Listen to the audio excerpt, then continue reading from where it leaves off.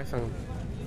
कालपासून या ठिकाणी आम्ही मनोजदादा जरांगे पाटील यांच्या खालावत चाललेल्या तब्येतीचे दृश्य पाहून सर्व मराठा समाज तसेच मुस्लिम समाज तसेच इतर ओबीसी समाज गावखेड्यातल्या प्रत्येक जाती धर्मातला समाज इथं या ठिकाणी एकवटलेला असून मराठा आरक्षणाची मागणी करत आहेत। तसेच जरांगे पाटलांच्या तब्येतीसाठी उपोषण लवकरात लवकर सरकारने सोडवावे ही आमची मागणी असताना देखील सर्व जाती धर्मांची मागणी असताना सर्व समाजाची मागणी असताना सुद्धा सरकारमधली काही बांडगुळे ह्याच्यामध्ये जातीयवाद निर्माण करून आरक्षणाला आमच्या आडवं येत आहेत आणि मनोजदादांच्या तब्येती आणखी खालावत जाऊन त्यांचा काहीतरी घातपात करण्याच्या योजनेत आहेत। तरी त्यांच्या विरोधात आम्ही हे समस्त धाराशिव बेमुदत बंदचं आंदोलन इथं छेडलेलं आहे आणि ते मनोजदादा जरांगे पाटील यांचं उपोषण मागे येईपर्यंत ते आंदोलन तसेच सुरू राहील।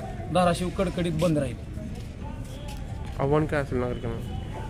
नागरिकांना एवढंच आव्हान आहे माझं की सर्व मराठा समाजाने रस्त्यावर उतरायची वेळ आलेली आहे। जास्तीत जास्त संख्येने छत्रपती शिवाजी महाराज चौक धाराशिव या ठिकाणी समस्त धाराशिव जिल्ह्यातील युवकांनी तसेच शेतकऱ्यांनी आपल्याला या ठिकाणी येऊन मनोजदादा जरांगे पाटलांच्या समर्थनात इथं आंदोलनाला बसायचं आहे।